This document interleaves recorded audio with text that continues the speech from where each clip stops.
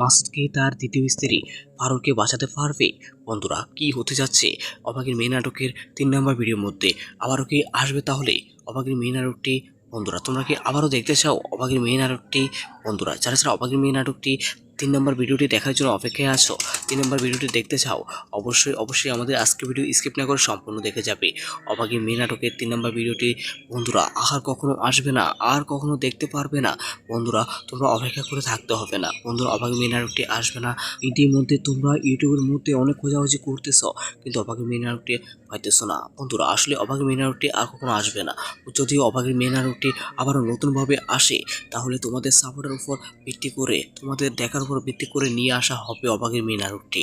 বন্ধুরা, অবাকের মেয়ে নাটকের 3 নম্বর ভিডিওটি যদি কখনো আসে, এর পরবর্তীতে ভিডিওগুলো যদি কখনো আসে, তাহলে আমাদের ছোট্ট মেয়েরাজ এক্সপ্লেন ভিডিও চ্যানেলটির মাধ্যমে তোমরা আপডেট হয়ে যাবে।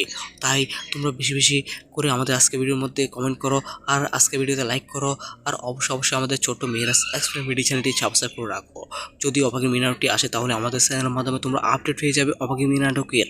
বন্ধুরা, তোমরা অবাকের মেয়ে নাটকটি দেখার জন্য কেন অপেক্ষায় আছো? কেন তোমাদের কাছে অবাকের মেয়ে নাটকটি ভালো লাগে তা কিন্তু অবশ্যই কমেন্টে জানাবে। বন্ধুরা, তবে যদিও অবাকের মেয়ে নাটকটি আসে, অবাকের মেয়ে নাটকের 3 নম্বর ভিডিওতে দেখতে পারবে মাসুদ তার দ্বিতীয় স্ত্রী ফারুকের পিছনে যাবে, তার দ্বিতীয় স্ত্রী ফারুককে বাঁচিয়ে নিয়ে আসবে।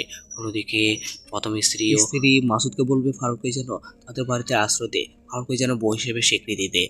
বন্ধুরা, আগামী ভিডিওগুলো অনেক ইন্টারেস্টিং হবে আশা করা যাচ্ছে। আসলে ফারুকের এবার সুখের দিন আসবে, কারণ ফারুকের স্বামী ফারুককে এবার অনেক ভালোবাসবে।